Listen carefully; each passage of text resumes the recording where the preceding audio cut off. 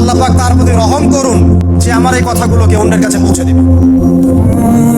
নবীজি ভাষণ, এরপর নবীজি বলছেন, জেনে রাখো নিশ্চয়ই তোমাদের পরস্পরের, মুসলিমদের পরস্পরের সম্পদ, পরস্পরের রক্ত, পরস্পরের এই যে জান মাল ইজ্জত, এগুলো একে অপরের জন্য হারাম। মুসলিমদের পরস্পরের রক্ত, পরস্পরের ইজ্জত সম্মান একে অপরের জন্য হারাম, এর হানি করা একে অপরের জন্য হারাম।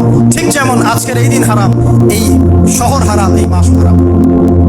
নবী করিম সাল্লাল্লাহু আলাইহি ওয়াসাল্লাম বলছিলেন, জেনে রাখো তিনটা বিষয়ে যেন তোমাদের অন্তর কখনো খেয়ানত না করে। তিনটা বিষয়ে তোমাদের অন্তর যেন কখনো খেয়ানত না করে। এক, তোমরা যে কাজটাই করবা শুধু আল্লাহ পাকের সন্তুষ্টির জন্য করবে। তোমরা যে কাজই করবে শুধু আল্লাহর সন্তুষ্টির জন্য করবে। তোমাদের শাসক বর্গের কল্যাণ কামনা করবে, তোমাদের শাসক বর্গের কল্যাণ কামনা করবে। 3 নাম্বার, মুসলিমদের জামাতকে আঁকড়ে ধরে রাখবে, মুসলিমদের ইউনাইটেড কমিউনিটিকে আঁকড়ে ধরে থাকবে। এই তিনটা বিষয় পালনের ক্ষেত্রে তোমার অন্তর যেন